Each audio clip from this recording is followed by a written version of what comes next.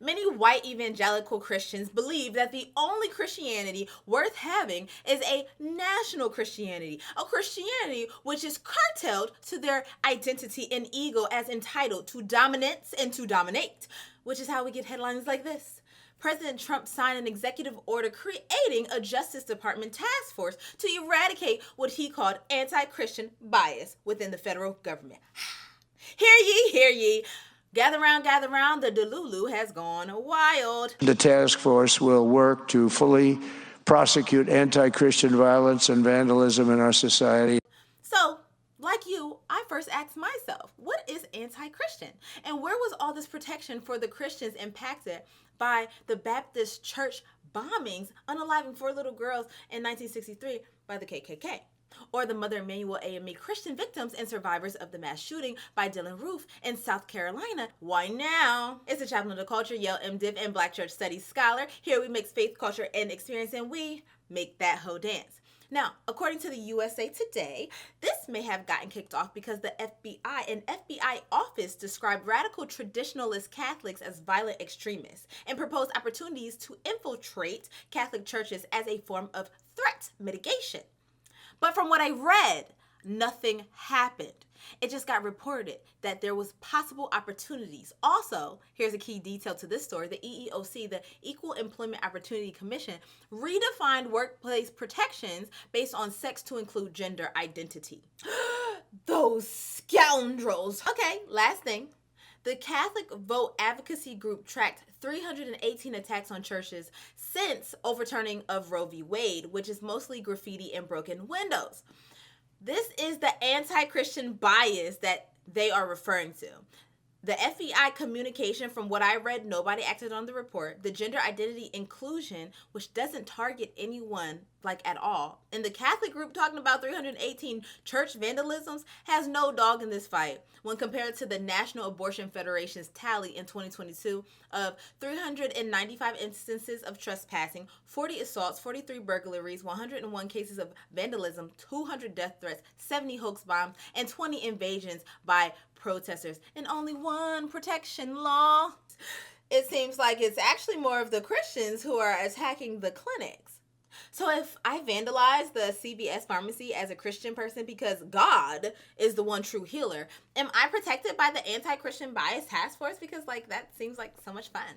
It does seem like it doesn't matter how the Christians are terrorizing other establishments. But Trump uses this as an attempt to create a whole task force, an entire task force. Meanwhile, Elon Musk is actively attempting to fire tens of thousands of federal employees in the name of small government. So just to get this straight, the U.S. aid that gives to people in need, the hungry, the sick, the poor, that's bad. But creating a task force of anti-Christian bias based off of events where no Christian person was harmed, that's good? Yeah, that's tracks. That's exactly what Jesus would do. These people want to platform a performative Christian posture, but they don't want to live it. They want to wear Christianity as a costume, hoping that it will cover their spirit, but it won't. It actually reveals your spirit. We can see their desire to dominate their neighbors is greater than their desire to accommodate their neighbors, as Jesus so graciously advocates for. Christ's Christianity was never national. It was barely regional. And Jesus was okay with that. Jesus recognizes that goodness does flow from outside the confines of his own following. He who is not against us is for us. White Christianity is a doctrine of dominance. Christ's Christianity is a spirit of service. White Christianity is a doctrine of conquest. Christ's Christianity is a spirit of community. White Christianity is a doctrine of force. Christ's Christianity is a spirit of freedom.